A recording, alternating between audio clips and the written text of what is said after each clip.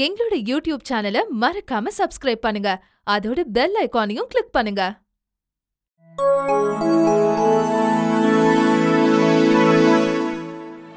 இயேசு எருசலேம் நகருக்குள் நுழைந்தபோது குருத்தோலையை வெட்டி வழிநெடுகிலும் நிரப்பினார்கள். ஒலிவக் கிளைகளை கரங்களில் ஏந்தி அசைத்து தாவீது மகனுக்கு ஓசன்னா என்று புகழ்கீதம் பாடினார்கள்.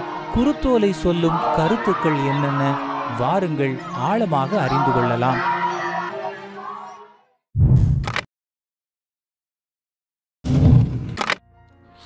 ஓசன்னா என்றால் எங்களை விடுவித்தருளும் ஆண்டவரே என்பது பொருள். ரோமையர்களிடம் அடிமைப்பட்டு கிடக்கும் யூத குலத்தை மீட்க வந்த தாவீதின் வழிமரபு இயேசு என்று நம்பினார்கள். இதன் விளைவாக தாவீது மகனுக்கு ஓசன்னா என்று ஓசன்னா கீதம் பாடி மகிழ்ந்தார்கள். ஓசன்னா என்றால் எங்களை விடுவித்தருளும் ஆண்டவரே என்பதற்கு ஏற்ப இயேசு விடுவிப்பவர்தான். பாவம் என்கிற கொடிய அரக்கனிடமிருந்து கர்ச்சிக்கும் சிங்கத்திடமிருந்து நம்மை விடுவித்தவர் அவரே.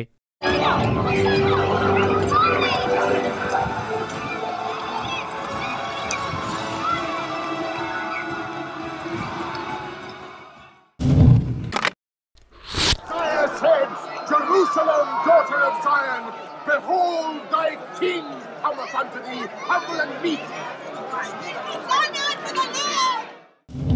இயேசு கோவேரி கழுதையின் மீது பயணம் செய்து எருசலேம் நகருக்குள் நுழையும் செயல் வெளியாக இறைவாக்கினர் சக்கரியா முன்னுரைத்த இறைவாக்கு நிறைவேறியது. மகளே சீயோன் மகிழ்ந்து களிகூறு, மகளே எருசலேம் ஆர்ப்பரி, இதோ உன் அரசர் உன்னிடம் வருகிறார். அவர் நீதியுள்ளவர், வெற்றி வேந்தர், எளிமையுள்ளவர், கழுதையின் மேல் கழுதை குட்டியின் மரியின் மேல் ஏறி வருகின்றார்.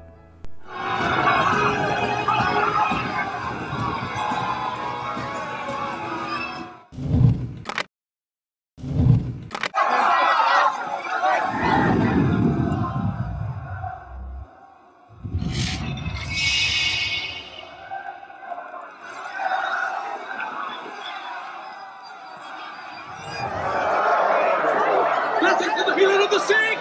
You have come to deliver us. Jesus is the man and king of the Jews. Glory be to God.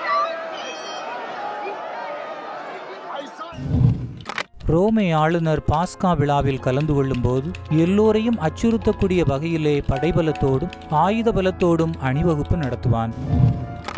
ஆனால் ஆண்டவர் இயேசு தன்னுடைய சீடர்களோடு ஆயுதம் ஏதும் இல்லாதவராய் எளிமையான கோவேரி கழுதையின் மேல் குருத்தோலை ஏந்தி எருசலேம் நகருக்குள் நுழைந்தார்.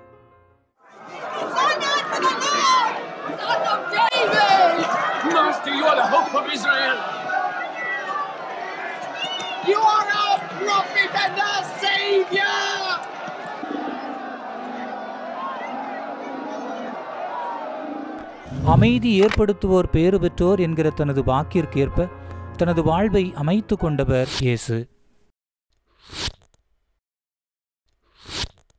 குருத்தோலை ஞாயிறு அன்று குருவானவரால் மந்திரிக்கப்பட்ட குருத்தோலைகள் விசுவாசிகளுக்கு வழங்கப்படும். இறைமக்கள் குருத்தோலைகளை கையில் ஏந்தி பவனியில் ஓசன்னா கீதம் பாடி மகிழ்வர்.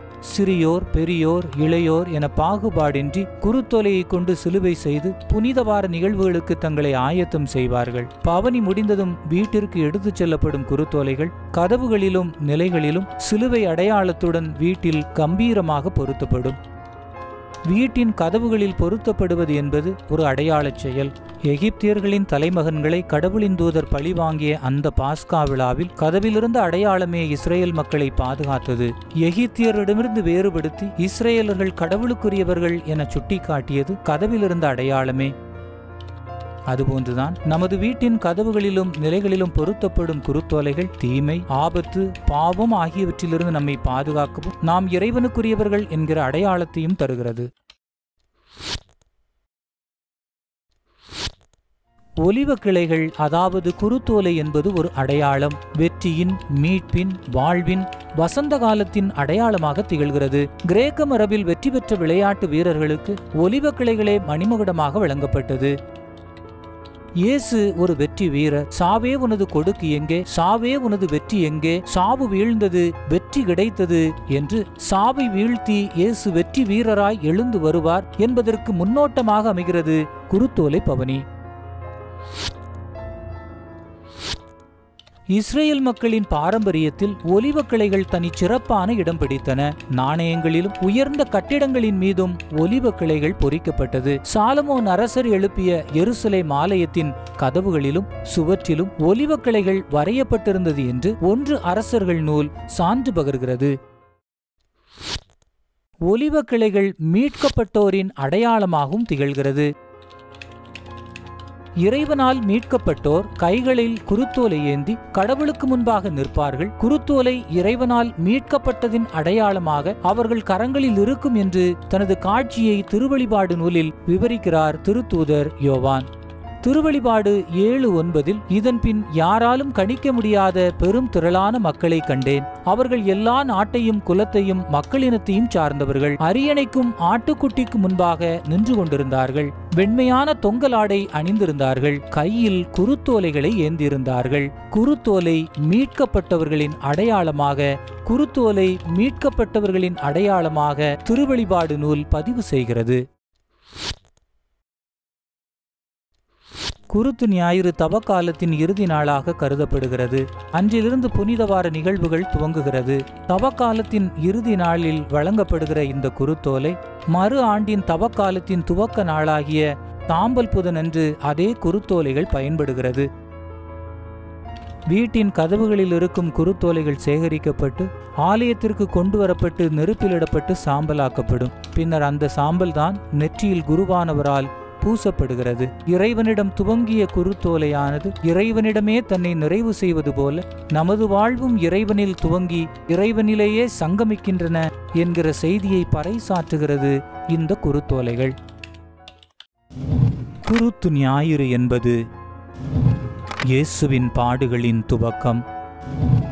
எருசலேமில் இயேசு, மனுக்குலத்தின் மீட்பு, இறை பாதுகாப்பு, கிறிஸ்தவர்களின் அடையாளம், அமைதியின் அரசர் இயேசு, பாவத்திலிருந்து விடுதலை, நிறைவேறிய இறைவாக்கு, போராட்டத்திலிருந்து வெற்றி, சாவிலிருந்து வாழ்வு, இறப்பிலிருந்து உயிர்ப்பு, நிறைவேறிய இறைவாக்கு. எங்களோட யூடியூப் சேனலை மறக்காம சப்ஸ்கிரைப் பண்ணுங்க. அதோட பெல் ஐகானையும் கிளிக் பண்ணுங்க.